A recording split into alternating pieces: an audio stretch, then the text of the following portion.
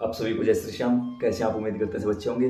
प्रेमियों, आज की वीडियो में हम बात करेंगे कि घर में पूजा पाठ शुरू करते ही या कोई भी साधना शुरू करते ही नंबर 1, घर में लड़ाई क्यों हो जाती है। दूसरा, काम क्यों रुक जाते हैं। तीसरा, बनते बनते काम बिगड़ क्यों जाते हैं। चौथा, व्यापार में नुकसान क्यों हो जाता है। पांचवा, गुस्सा क्यों आता है। छठा, गंदे सपने क्यों आते हैं। और सातवां, काम वासना क्यों बढ़ जाती है। पहले ही यहां बोलना चाहूंगा कि इस वीडियो को अपने पूरे परिवार के साथ बैठकर देखना, क्योंकि अब आपकी जिंदगी इस वीडियो को देखने के बाद बदलने वाली है पूरे तरीके से। पूरे परिवार को, हो सकता है अलग अलग लोगों को दिखाओगे वो प्रभाव ना पड़े, लेकिन पूरे परिवार को एक साथ बैठा कर दिखाओ। सबसे पहला कि जिस घर में पूजा पाठ शुरू होती है उस घर में लड़ाई हो जाती है। क्यों हो जाती है। पूजा पाठ दो तरीके से होती है। एक नॉर्मल, जो हम शाम को दीपक जलाया, बाबा को प्रणाम किया, अपने काम में लग गए, ये नॉर्मल गृहस्थ जीवन है। इस दौरान तो ज्यादा दिक्कतें नहीं आती। लेकिन जब कोई व्यक्ति सोचता है कि अब मुझे कोई सिद्धि करनी है, साधना करनी है, पितरों का पता लगाना है, कुल देवी कुल देवता को जागृत करना है या गुरु मंत्र जागृत करना है, तो घर में परेशानियां बढ़ जाती हैं। क्यों बढ़ जाती हैं। सबसे पहली बात तो ये है कि उस घर के जो पूर्वज थे, जो हमसे पहले मर चुके हैं, जा चुके हैं, अब वो जरूरी तो नहीं सारे अच्छे थे, जरूरी तो नहीं उनके कर्म अच्छे थे, जरूरी तो नहीं वो सभी पितर बने। अब उनमें से जो भूत प्रेत जो कुछ भी बने थे वो कहां जाएंगे।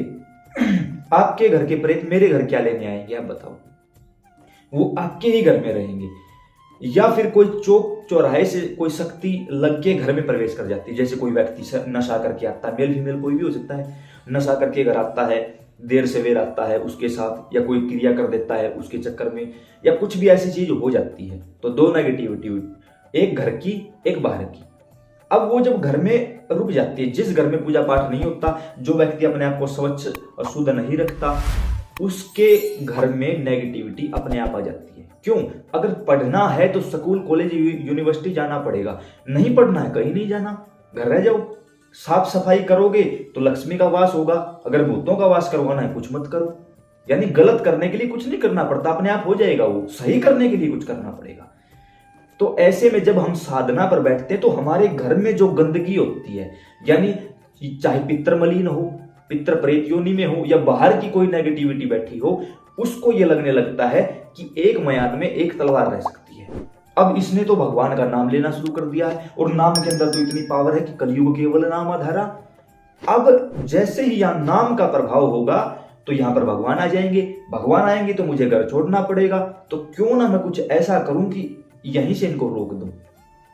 उस समय पर आपने पहले नोटिस की हो, बड़ी अच्छी बात है, नहीं की हो आज से नोटिस कर लेना। जब भी इस वीडियो को देखो, जैसे ही पूजा पाठ करने बैठोगे उसी समय पर लड़ाई आपके घर में हो जाएगी। सोच लेना घर में नेगेटिविटी है। दूसरी बात, लड़ाई बिना ही वजह होगी, कोई वजह नहीं होगी लड़ाई की, बगैर ही किसी वजह के लड़ाई हो जाएगी। तीसरी बात, लड़ाई जो व्यक्ति करे, सोच लेना उसके शरीर पर कंट्रोल है नेगेटिविटी का। घर की बात है ये, बाहर के लोगों की बात नहीं, आपके घर की बात है। उसके साथ साथ जब लड़ाई होगी आपको लगेगा यार मैं पूजा पाठ कर रहा हूं, यहां लड़ाई चल रही है, फेंक दे, छोड़ देगा व्यक्ति। जैसे ही पूजा पाठ करेगा उसके काम में वो चीज रुकावट डाल देगी, बनते बनते काम बिगाड़ देगी, व्यापार में घाटा करवा देगी, ताकि उसको ये लगे यार यहां मैं दिए पर दिए जलाता जा रहा हूं, वह मेरे काम में नुकसान हो रहा, मैं कुछ नहीं करूंगा, आपसे उठाकर फेंक देता है। क्यों। उस नेगेटिविटी को पता है, क्योंकि वो आपके घर में मौजूद है, आपसे ज्यादा जानती है वो। उसको पता है कि इसको चोट कहां से पहुंचानी है, वो आपको काम को रोक देगी। जब पैसे की इनकम रुक जाएगी आप सोचोगे उठाकर बाहर फेंक, क्योंकि किसी को बाबा श्याम से कोई लेना देना नहीं है भाई। यहां भी किसी से सुन लिया है वो हारे के सहारे हैं। बाबा मैं हार गया हूं, किस में, सट्टे में, जुए में। ये खेल है भाई। आया था एक फोन, उसने कहा भाई बाबा हारे के सहारे हैं, मैं हार चुका हूं, 70 लाख का कर्ज हो चुका है। मैंने कहा और लगा ले सकता। व्यक्ति रोने लगा, हाँ भाई अब मैं हार गया हूं, अब बाबा हारे। मैंने कहा भाई देखो, बेशक आप इस बात को में मुझे गलत ठहरा देना, लेकिन उन लोगों की बाबा श्याम नहीं सुनते। हारने का मतलब कुछ और होता है भाई, ये हारने का मतलब नहीं है। आज 70 लाख दे देगा, कल फिर लगा दोगे, कल फिर 1.5 करोड़ लगाओगे भाई, कोई चक्कर नहीं है, कोई सिस्टम नहीं है। लेकिन ऐसे में बनते बनते काम हमारे घर की ही नेगेटिव एनर्जी बिगाड़ देती है, ताकि हम उस दैवीय शक्ति तक पहुंच ही ना पाए और पहले ही वो हमें रोक दे। उसके बाद होता है गुस्सा आना। वो हमारे अंदर गुस्सा पैदा कर देगा। गुस्सा पैदा करने से क्या होगा, हमारी जो शक्ति है, जो हमने जाप करके ओम नमः शिवाय करके अपने शरीर में ऊर्जा एकत्रित की है, गुस्से के माध्यम से उसको बाहर निकलवा देगा। ऊर्जा बाहर गई, बिखर गई वातावरण में, हमें ही नुकसान है। उसके साथ साथ जो घर के, मान के चलो एक लड़का साधना पर बैठा है, मुझसे ही लगा लो, मैं साधना पर बैठा हूं, मेरी माँ या मेरे पिता के मुख से ही कोई ऐसी बात निकलवा देगा जो चुभ जाएगी, और चुभने के कारण मैं गुस्सा हो जाऊंगा। गुस्से में या तो उन पर कोई प्रहार कर दूंगा या इनको उठाकर फेंक दूंगा।